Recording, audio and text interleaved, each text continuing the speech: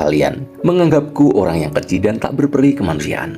Tidak, bangsa kalian sendiri yang terbukti paling kejam. Begitulah kata The Endless. Herman William The Endless dikenal sebagai sosok yang kejam. Hal ini ditulis dalam buku sejarah yang kita pelajari di sekolah. The Endless menerapkan kerja paksa untuk membangun jalan raya pos.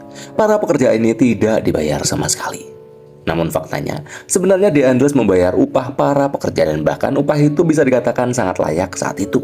Selain itu, para pekerja juga diberi beras dan garam, namun tak pernah sampai ke mereka. Bukti dokumen itu valid dan bisa dicek keasliannya. The Endless bisa dikatakan dikambing hitamkan dalam peristiwa meninggalnya ribuan pekerja yang tak mendapat upah alias pekerja paksa. Upah para pekerja ini sudah diamanahkan kepada bupati dan penguasa setempat. Namun upah itu diselewengkan sehingga para pekerja tak mendapat apa-apa. Data aliran dana ini ditulis dari pemerintah kolonial ke bupati.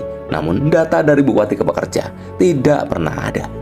The Endless di masa jabatannya dikenal sebagai tokoh yang keras dan sangat anti korup. Ketika itu, ada mafia korupsi hasil panen.